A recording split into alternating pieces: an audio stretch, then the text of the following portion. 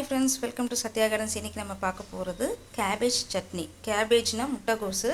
இந்த கோஸ் வந்துட்டு நம்ம பொரியல் பண்ணியிருப்போம். ஸோ பைத்தம்பருப்புலாம் வச்சுட்டு நம்ம பொரியல்லாம் செஞ்சுருப்போம், நிறைய டிஷ்ஷில் சேர்த்துருப்போம். இது போன் ஸ்ட்ரென்த்னிங்க்கெலாம் ரொம்ப நல்லது, கால்சியம்லாம் கிடைக்கிது.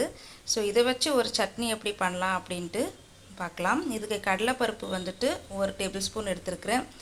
உளுத்தம்பருப்பு 1.5 டேபிள் ஸ்பூன், நீங்கள் 2 கூட எடுத்துக்கலாம். 2லேருந்து 3 பச்சை மிளகாய், கொஞ்சம் புளி எடுத்துருக்கிறேன்.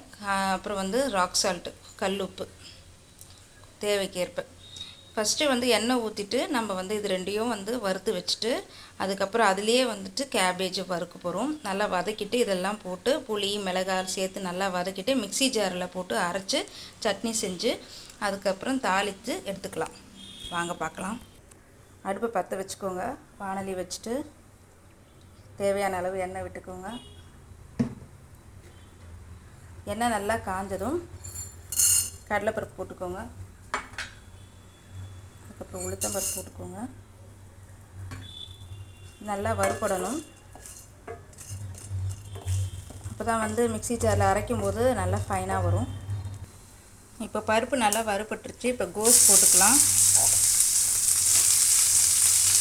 தீயை சிம்மில் வச்சுருங்க, இல்லைனா தீஞ்சிரும் பருப்பு. மிளகாய் புளி எல்லாம் போட்டுக்கலாம். புளி கோலி குண்டு அளவு தான் போடணும், அதுக்கு மேலே போட்டுறாதீங்க, சட்னி புளிக்கும். உங்களுக்கு தேவை இருந்தால் தேங்காவும் ஆட் பண்ணிக்கலாம்.